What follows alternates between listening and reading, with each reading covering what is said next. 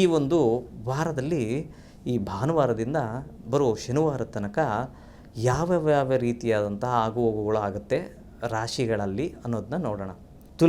ತುಲಾರಾಶಿಯಲ್ಲಿ ಜನನವರವ್ರಿಗೆ ಏನೋ ಎಲ್ಲ ಕೆಲಸ ಮಾಡ್ತಾಯಿದ್ವಿ, ಆದರೆ ಯಾವ ಅಚೀವ್ಮೆಂಟ್ ಕಾಣಿಸ್ತಾ ಇಲ್ವಲ್ಲ, ನನ್ನ ಕೆಲಸಕ್ಕೆ ತಗ್ಗಂತಹ ಯಾವ ಒಂದು ಲಾಭವನ್ನು ಗಳಿಸ್ತಾ ಇಲ್ಲ ಅನ್ನೋ ಒಂದು ಪ್ರಶ್ನೋತ್ತಕ ಚಿಹ್ನೆ ಹೆಚ್ಚಾಗಿ ಮೂಡುವಂಥದ್ದು. ಕೆಲಸ ಮಾಡ್ತಿರ್ತೀರ, ಆ ಕೆಲಸಕ್ಕೆ ಸರಿಯಾಗಿರೋ ಸಂಬಳ ಬರ್ತಾ ಇರಲ್ಲ, ನಿಮಗಿಂತ ಕೆಳವರ್ಗದವರು ಸಂಪಾದನೆ ಮಾಡ್ತಾಯಿರ್ತಾರೆ, ನೀವು ಆ ರೀತಿ ಒಂದು ಅಚೀವ್ಮೆಂಟ್ ಮಾಡೋಕ್ಕಾಗ್ತಾ ಇರಲ್ಲ. ಇದೆಲ್ಲ ಒಂದು ಗೊಂದಲದ ವಾತಾವರಣ ಮನಸ್ಸಿನಲ್ಲಿ ಕೂತ್ಕೊಳ್ಳೋಂಥ ಸಾಧ್ಯತೆ ಇರ್ತದೆ. ಕುಟುಂಬ ವರ್ಗದಲ್ಲಿ ಸ್ವಲ್ಪ ಸಮಾಧಾನವಾದಂಥ ವಾರವನ್ನು ಕಾಣ್ತೀರ. ಆದರೆ ನಿದ್ರಾಹೀನತೆಯ ಸಹ ಸೂಚಿಸ್ತಾ ಇದೆ. ಸರಿಯಾಗಿ ನಿದ್ದೆ ಬರ್ತಾಯಿಲ್ಲ, ಯಾಕೋ ಒಂಥರ ನಿದ್ದೆ ಮಂಪರು, ಕೆಲಸ ಮಾಡೋಕ್ಕೆ ಹೋದರೆ ಏನೂ ಇಂಟ್ರೆಸ್ಟ್ ಬರೋಲ್ಲ. ಅದು ಪ್ರಮುಖವಾಗಿ ಯಾರು ಗೊತ್ತಾ, ಈ ಸಾಫ್ಟ್ವೇರ್ ಫೀಲ್ಡಲ್ಲಿರೋರಿಗೆ ಸ್ವಲ್ಪ ಈ ವಾರ ಸ್ವಲ್ಪ ನಿಧಾನಗತಿಯಲ್ಲಿ ಚಲನವಲನೆ ಆಗುವಂಥದ್ದು. ಈ ರೀತಿ ಇದ್ದಾಗ ನಾವು ಹನುಮಂತನ ಒಂದು ಸ್ಮರಣೆ ಮಾಡ್ತಾ ಬನ್ನಿ ಅಂತ ಹೇಳ್ತೀವಿ. ಜೊತೆಗೆ ಶುಕ್ರವಾರ ಹಾಗೂ ಸೋಮವಾರ ಶುಭವಾರಗಳು ಅಂತ ಹೇಳ್ತೀವಿ.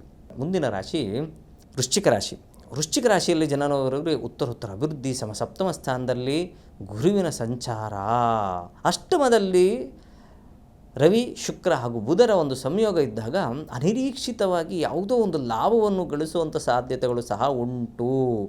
ಅರಿಯರ್ಸ್ ಇರ್ಬೋದು, ಅಥವಾ ಯಾವುದೋ ಆಸ್ತಿ ವಿಚಾರ ಇರ್ಬೋದು, ಅಥವಾ ಮನೆ ವಿಚಾರ ಇರ್ಬೋದು, ಅಥವಾ ಸೈಟ್ ವಿಚಾರ ಇರ್ಬೋದು, ಇಂಥ ವಿಚಾರಗಳಲ್ಲಿ ಸ್ವಲ್ಪ ಅತಿ ಹೆಚ್ಚಿನ ಶುಭಫಲಗಳನ್ನು ಖಂಡಿತ ಕಾಣ್ತೀರ.